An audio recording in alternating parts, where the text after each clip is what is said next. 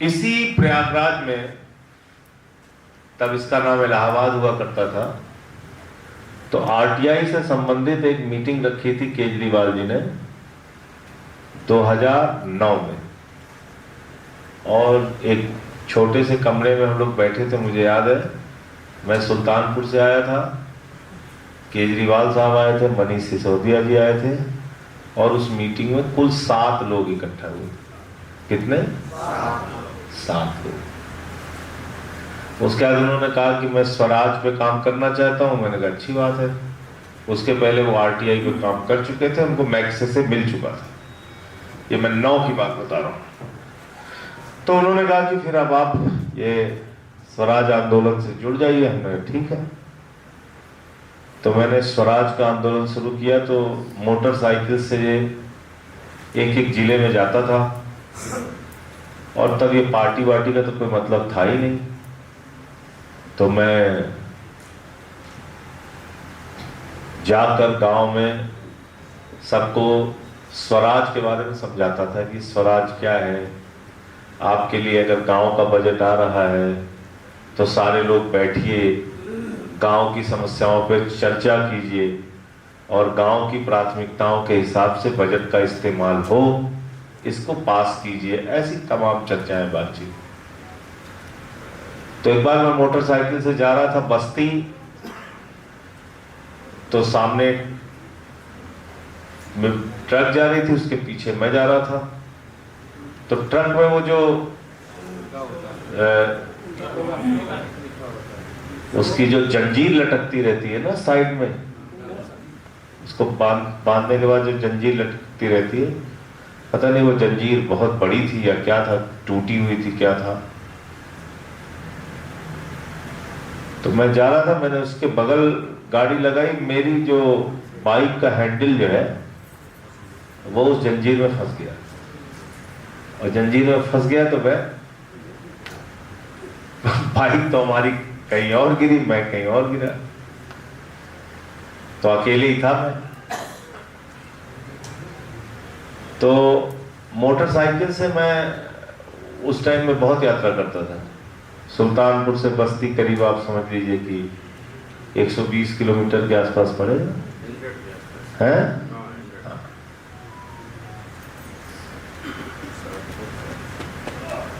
अब कुर्ता फट गया, पैजामा फट गया, लोग वहां इकट्ठा हो गए, मुझे किनारे लेके गए। पूरे शरीर में खरोच आ गई अच्छी खासी। तो एक होटल पे लेके गए, ढाबा टाइप का था। उसके बगल में एक आसपास में एक दुकान थी, वहां गए तो वहां पे एक छोटा सा शर्ट, तो पैसा वैसा भी सब 100-200 रुपए जो भी था, तो वो 60-70 रुपए की वो शर्ट हमने ली। पैजामा थोड़ा ठीक था, वो बच गया था, कुर्ता काफी फट गया था। तो मैंने वो गाड़ी वाड़ी कहा, मैंने कहा भाई इसको ठीक करो बाइक को। तो बाइक उसने ठीक ठाक किया, थोड़ा बहुत चलाने लायक हो गई। फिर मैं रुका नहीं, मैं गया, कार्यक्रम किया। कार्यक्रम करने के बाद फिर गाड़ी चला के वापस सुल्तानपुर आया, और पैर वैर में अच्छी खासी स्वेलिंग आ गई थी जब तक पहुंचा घर। और उसके बाद ये बात मैंने अरविंद केजरीवाल जी को भी नहीं बताई, और 2-3 महीने के बाद उनको पता लगा। एक्सरे कराया मैंने, फिर उसमें उन्होंने कोई फ्रैक्चर तो नहीं था, लेकिन ट्रीटमेंट दिया। तो 2 महीने के बाद उनको ये पता चला कि मेरा ऐसे ऐसे एक्सीडेंट हो गया था। बोले आपने बताया नहीं? तो हमने कहा नहीं, जिस काम में जुटे हुए हैं उस काम में छोटी मोटी ऐसी दिक्कतों को बता के अपने अगुआ नेतृत्व के लोगों को मैं परेशान नहीं करना चाहता।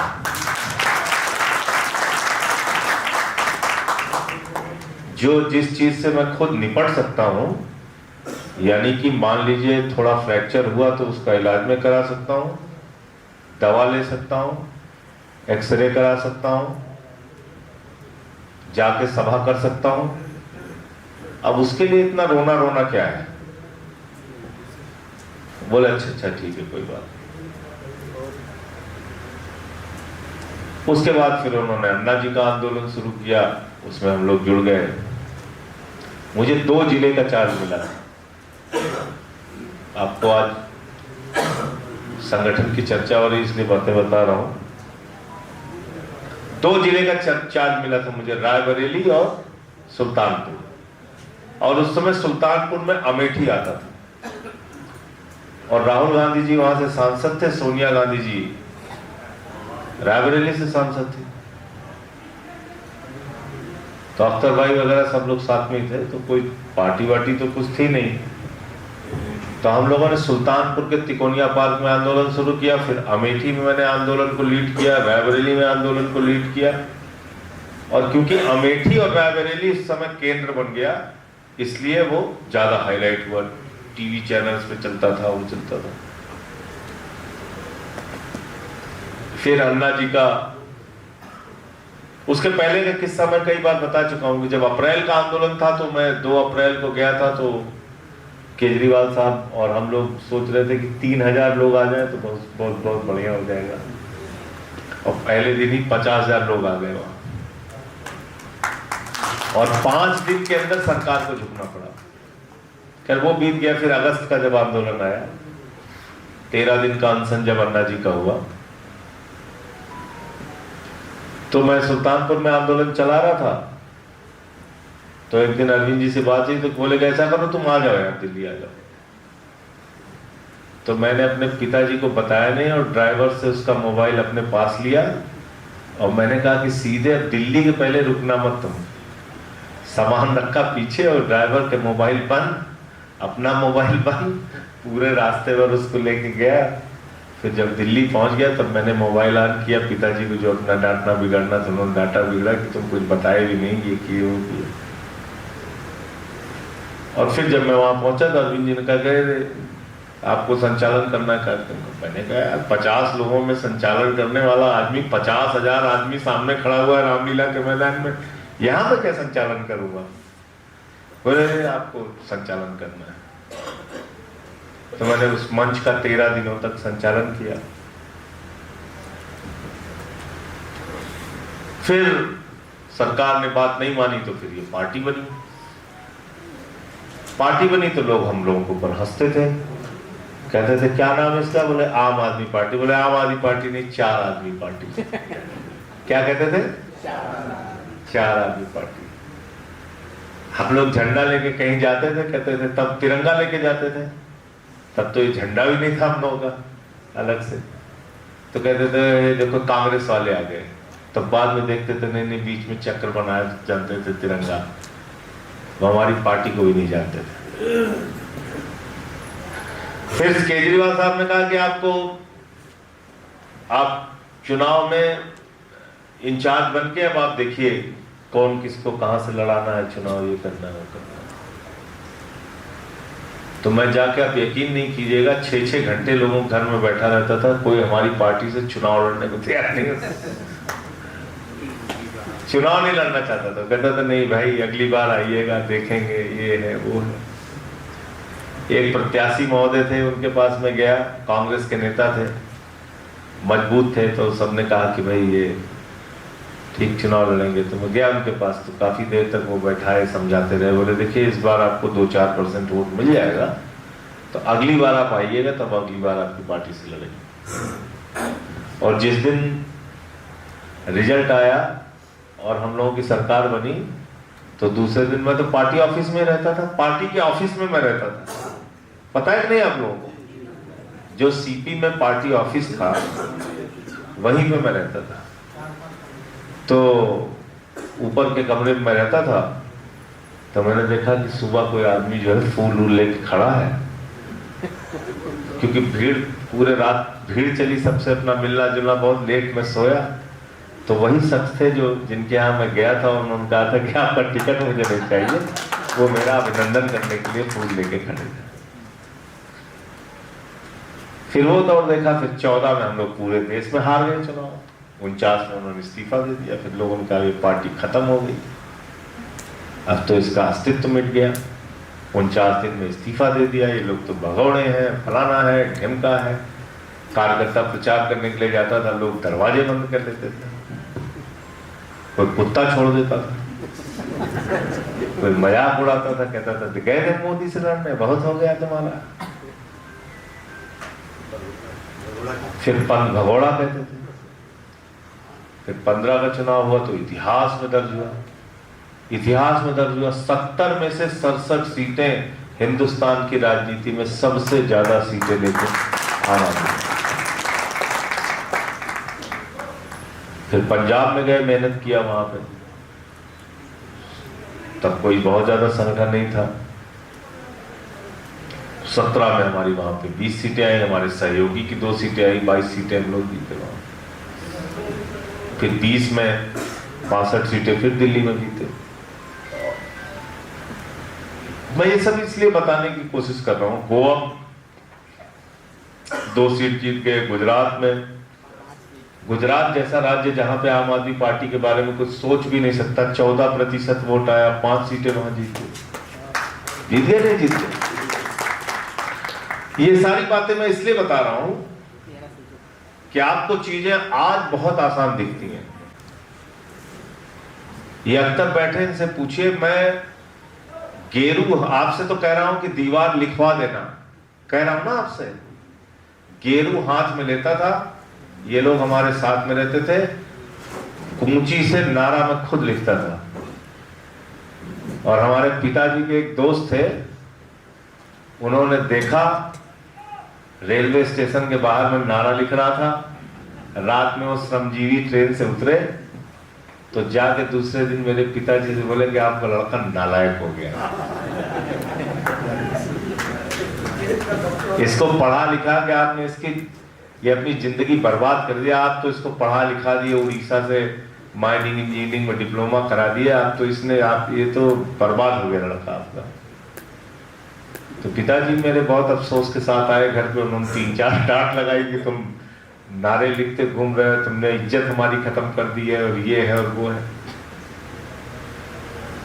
हॉस्पिटल में एक अस्पताल से दूसरे अस्पताल, दूसरे अस्पताल से तीसरे अस्पताल, दिन भर में कम से कम कुछ नहीं तो 15 से 20 किलोमीटर साइकिल चलाता था। तो वॉल राइटिंग खुद से करते थे, सारा काम मेहनत खुद से करते थे। पैसा होता नहीं था, लावारिस लाशों का अंतिम संस्कार करते थे, लोगों की दवाओं का इंतजाम करते थे। पैसा बिल्कुल नहीं होता, पैसा इतना नहीं होता था कि अगर आपको मैं बताऊं तो आपको हंसी आएगी। मैं ये कोई अपनी सेखी में बातें नहीं बता रहा हूं, मैं खाली ये बता रहा हूं कि आदमी को ऊपर पहुंचने पे दिखता है, लेकिन जो सफर होता है वो कई बार नहीं दिखता है। वो सफर बहुत कठिन होता है, आसान नहीं होता। 20 घड़े पानी पौशाला में रखे जाते थे, और हम और हमारे दोस्त राजू श्रीवास्तव और अशोक और 5 लोगों की ड्यूटी होती थी। वो 20 घड़ा रोज अपने घर में, मैं 1 कप चाय बनाना होता है तो हमारे घर वाले कहते हैं कि तुम बाहर काम करते हो, यहाँ तुम्हारे वहां फावड़ा खूब चलाते हो, यहाँ 1 कप चाय बना के नहीं ले सकते। लेकिन 20 घड़ा पानी गर्मी के महीने में हम लोग 27 मार्च से शुरू करते थे और जुलाई के अंत तक वो पौशाला चलता था। 20 घड़ा पानी डेली जाके भरते थे, डेली। बाद में एक नगर पालिका चेयरमैन आया कई साल बाद, वो उन्होंने ऐसे किसी दिन स्कूटर से उतना गुजर रहे थे, देखे, बोले ये तो बहुत गलत काम करते हैं आप लोग। हमने कहा क्यों? अरे बोले मैं टैंकर भिजवा दिया करूंगा भाई, ऐसे काम मत करो। उनको दया आई कि ये लोग, बीजेपी का चेयरमैन था, तो फिर वो बाद में टैंकर भेजने लगे, वरना खुद से पानी भरते थे। और पैसा बिल्कुल नहीं होता था, बिल्कुल भी पैसा नहीं होता था। लेकिन अगर ठान लिया कि ये काम करना है तो करना है, फिर वो सबसे बेहतरीन काम करके दिया। 1 रुपए जेब में नहीं होता। कोई सम्मेलन हमारे शहर में हुआ होगा, मैंने कराया, कोई प्रदर्शन कराया, कोई आंदोलन कराया। आपको वीडियो मैंने दिखाया ना, हमारे जब रेडी वालों का आंदोलन, जब मैं रेडी पटरी वालों का आंदोलन, हजारों लोग साथ में चल रहे हैं।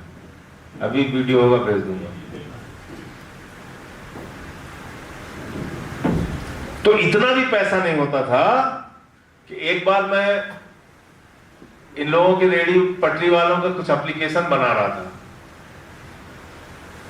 अब वो मैं लिखता गया, वो रिफिल खत्म हो गई। रिफिल खत्म हो गई तो हमारे साथ में लल्लन भाई थे ना, लल्लन भाई को देखा उन्होंने, भाई अभी इनका तो लिखना बाकी रह गया है। तो उनको ये पता चल गया कि इनके पास 50 पैसा रिफिल कराने के लिए नहीं है। तो तुरंत भाग के गए, वो रिफिल हमारे लिए लेके आए। तो उसको फिर मैंने उनकी एप्लीकेशन पूरी लिखी। तो एक बात आप जान लीजिए, एक सूत्र लेके जाइए यहां से, इस संकल्प शिविर से, अगर जज्बा है, दुनिया का कोई माई का लाल आपको रोक नहीं।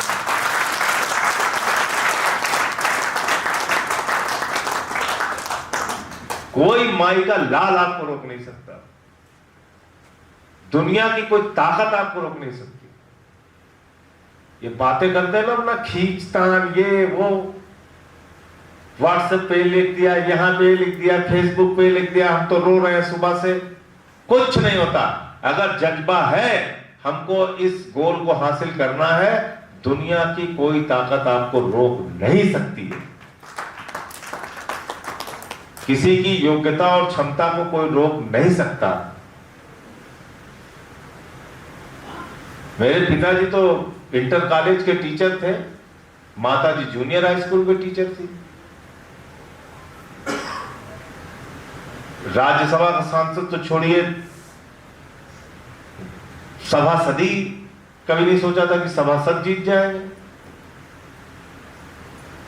लेकिन रास्ता बनता गया सिर्फ एक चीज से, सिर्फ एक चीज, जुनून और जज्बा कभी मैंने छोड़ा नहीं।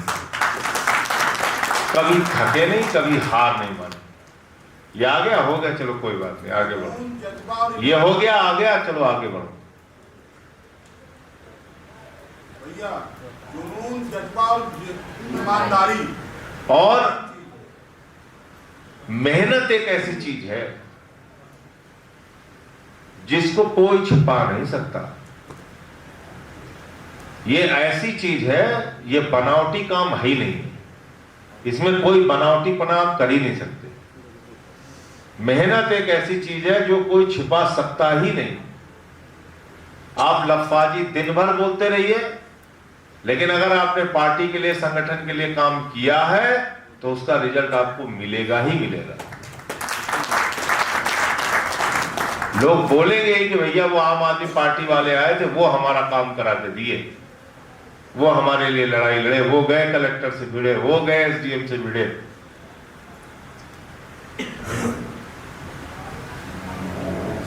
और जिसकी जो तारीफ होती करनी चाहिए, उत्तर प्रदेश में मायावती जी की सरकार थी और मेरे खिलाफ एक बाबू ने, क्योंकि मैंने उनकी रिश्वत पकड़ाई, उसने मेरे खिलाफ हर्जन एक्ट का मुकदमा लिखवा दिया। और आप देखिए, उसकी जांच हुई और जिले के सारे रजिस्ट्रार का ट्रांसफर हो गया, सारे रजिस्ट्रार का। तो उसमें मेरी कोई गलती थी ही नहीं। बाबू रिश्वत मांग रहा था, मैंने उसको पकड़वाया।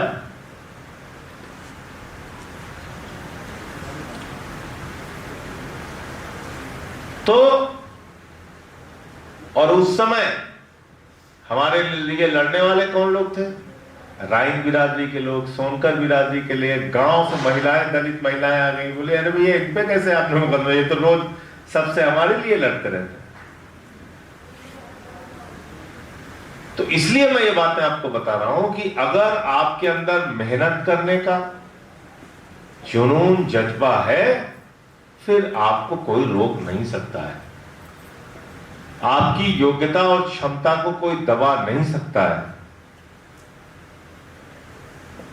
और किसी गलतफहमी में मत रहिए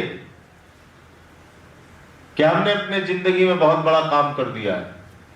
जब भी आपको ये घमंड आए मन में, किसी एक हिंदुस्तान के क्रांतिकारी की किताब पढ़ लेना, रात भर रोते हुए बीतेगी, तुम्हारे अंदर का घमंड पानी में मिल जाएगा।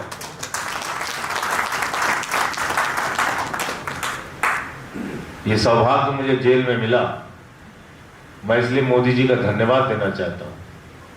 ठीक किया तुमने मुझे जेल में भेजा। मैंने नेल्सन मंडेला को पढ़ा, मैंने भगत सिंह को पढ़ा,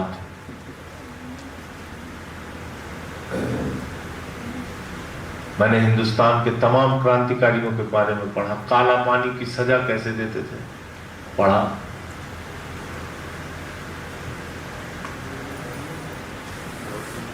बेड़ियां बांध के उनको रखते थे, बेड़ियां बांध के। 116 दिन का अनशन, कितने दिन का? शहीद आजम भगत सिंह ने किया था जेल में, कितने दिन का? 116 दिन का।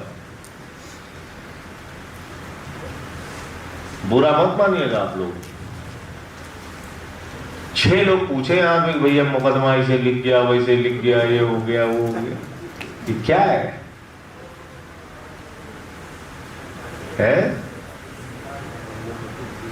फूल के बगान में टहल रहे हो आप?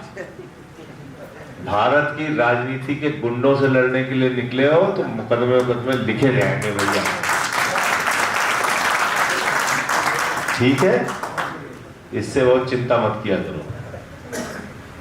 23 तो बाबा ने लिखा मेरे ऊपर, एक दिन में 9 मुकदमा लिखा।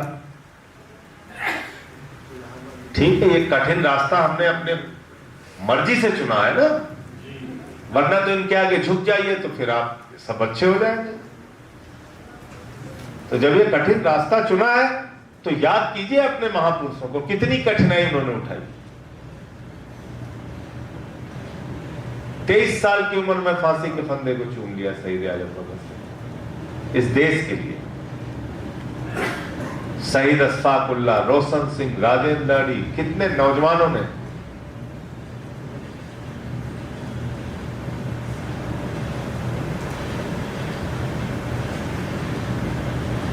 और क्या कहा अशफाक उल्लाह ने?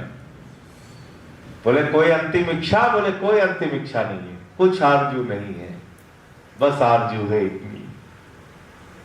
कुछ आरजू नहीं है, बस आरजू है इतनी, रख दे जरा सी कोई खाके वतन कफन में।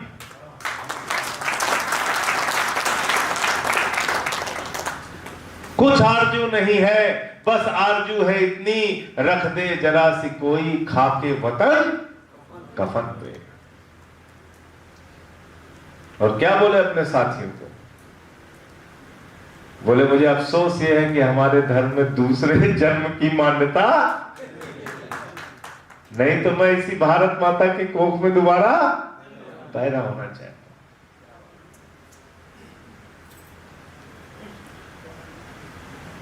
तो इसलिए अगर वास्तव में हम लोग इस देश और समाज के लिए काम करना चाहते हैं, मुश्किलें तो आएंगी। इस रास्ते में आप MP, MLA, मिनिस्टर भी बन सकते हैं, और इस रास्ते में आपको लाठियां भी मिल सकती हैं, इस रास्ते में आपको मुकदमे भी मिल सकते हैं, इस रास्ते में आपको फूल माला भी मिल सकती है, इस रास्ते में आपको जिंदाबाद भी मिल सकती है, इस रास्ते में आपको मुर्दाबाद भी मिल सकती है, इस रास्ते में आपकी आलोचना निंदा भी हो सकती है, और इस रास्ते में आपको सम्मान भी मिल सकता है। ये मुश्किलों भरा रास्ता।